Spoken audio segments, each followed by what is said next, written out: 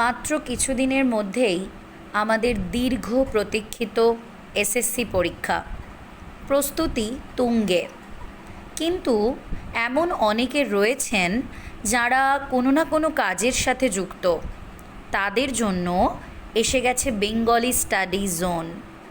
যে কোনো সময় যে কোনো কাজের মাঝেই শুনে নিতে পারেন আপনার পড়ার বিষয়টি। সাবস্ক্রাইব করুন বেঙ্গলি স্টাডি জোন।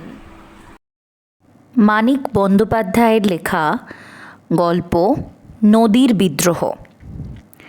4:45 প্যাসেঞ্জার ট্রেনটিকে রওনা করাইয়া দিয়া নদের চাঁদ নূতন সহকারীকে ডাকিয়া বলিল, আমি চললাম হে।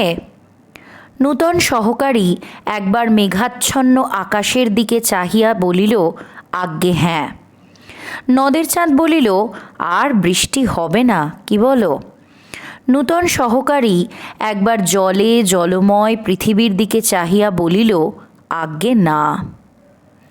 নদের চাঁদ লাইন ধরিয়া 1 মাইল দূরে নদীর উপরকার ব্রিজের দিকে হাঁটিতে লাগিল। 5 দিন অবিরত বৃষ্টি হইয়া আজ এই বিকালের দিকে বর্ষণ থামিয়াছে। 5 দিন নদীকে দেখা হয় নাই। নদের চাঁদ ছেলে মানুষের মতো ঔৎসুক্য বোধ করিতে লাগিল। আকাশে যেমন মেঘ করিয়া আছে, হয়তো আবার কিছুক্ষণের মধ্যেই প্রবল ধারায় বর্ষণ শুরু হইয়া যাইবে। তা হোক।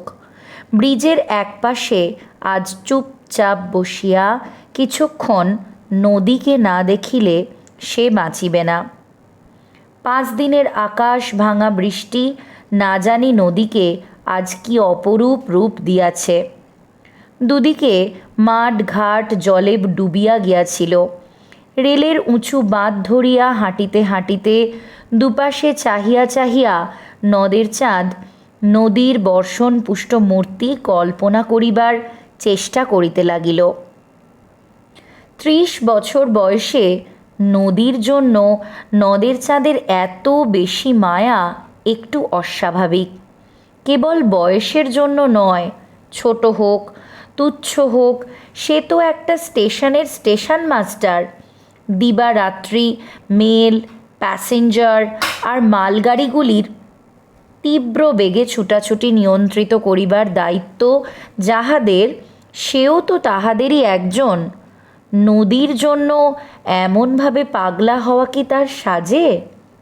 নদের চাঁদ সব বোঝে, নিজেকে কেবল বুঝাইতে পারে না।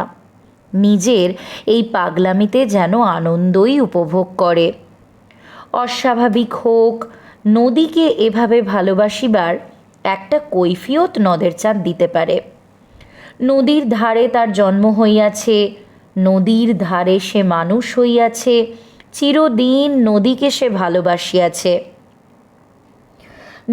দেশের নদীটি তার হয়তো এই নদীর মতো এত বড় ছিল না, কিন্তু শৈশবে, কৈশোরে আর প্রথম যৌবনে বড় ছোটর হিসাব কে করে? দেশের সেই ক্ষীণ স্রোতা নির্জীব নদীটি অসুস্থ দুর্বল আত্মীয়ার মতোই তার মমতা পাইয়াছিল। বড় হইয়া একবার অনাবৃষ্টির বছরে নদীর ক্ষীণ স্রোতধারাও প্রায় শুকাইয়া যাইবার উপক্রম করিয়াছে দেখিয়া সে প্রায় কাঁদিয়া ফেলিয়াছিল। দুরারোগ্য ব্যাধিতে ভুগিতে ভুগিতে পরমাত্মীয়া মরিয়া যাওয়ার উপক্রম করলে মানুষ যেমন কাঁদে। ব্রিজের কাছাকাছি আসিয়া প্রথমবার নদীর দিকে দৃষ্টিপাত করিয়াই নদের চাঁদ স্তম্ভিত হইয়া গেল। 5 দিন আগেও বর্ষার জলে পরিপুষ্ট নদীর পঙ্কিল জলস্রোতে সে চাঞ্চল্য দেখিয়া গিয়াছে, কিন্তু সে চাঞ্চল্য যেন ছিল পরিপূর্ণতার আনন্দের প্রকাশ। আজ যেন সেই নদী খেপিয়া গিয়াছে। গাঢ়তর পঙ্কিল জল ফুলিয়া ফাঁপিয়া ফেনোচ্ছ্বাসিত হইয়া ছুটিয়া চলিয়াছে।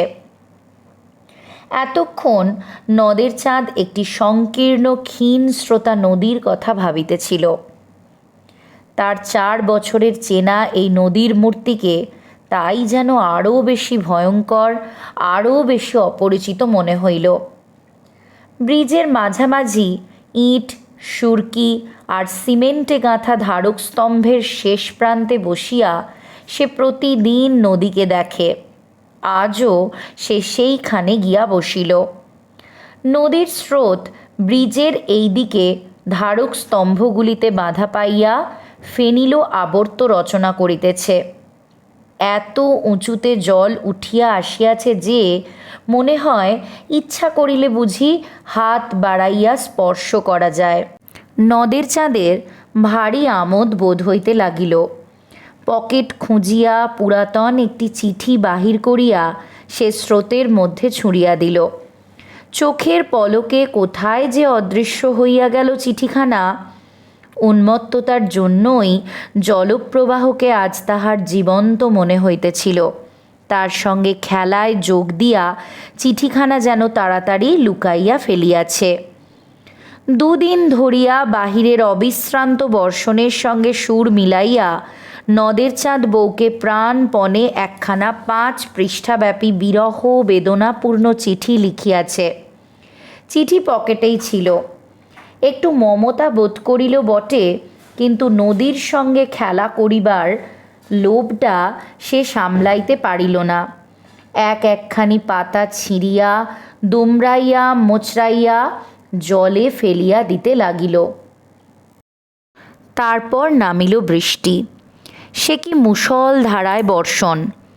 ঘণ্টা 3 বিশ্রাম করিয়া মেঘের যেন নূতন শক্তি সঞ্চিত হইয়াছে। নদের চাঁদ বসিয়া বসিয়া ভিজিতে লাগিল, উঠিল না। নদী হইতে একটা অশ্রুতপূর্ব শব্দ উঠিতেছিল। তার সঙ্গে বৃষ্টির ঝমঝম শব্দ মিশিয়া হঠাৎ একটা সঙ্গত সৃষ্টি করিয়াছে যে নদের চাঁদের মন হইতে ছেলে মানুষই আমোদ মিলাইয়া গেল।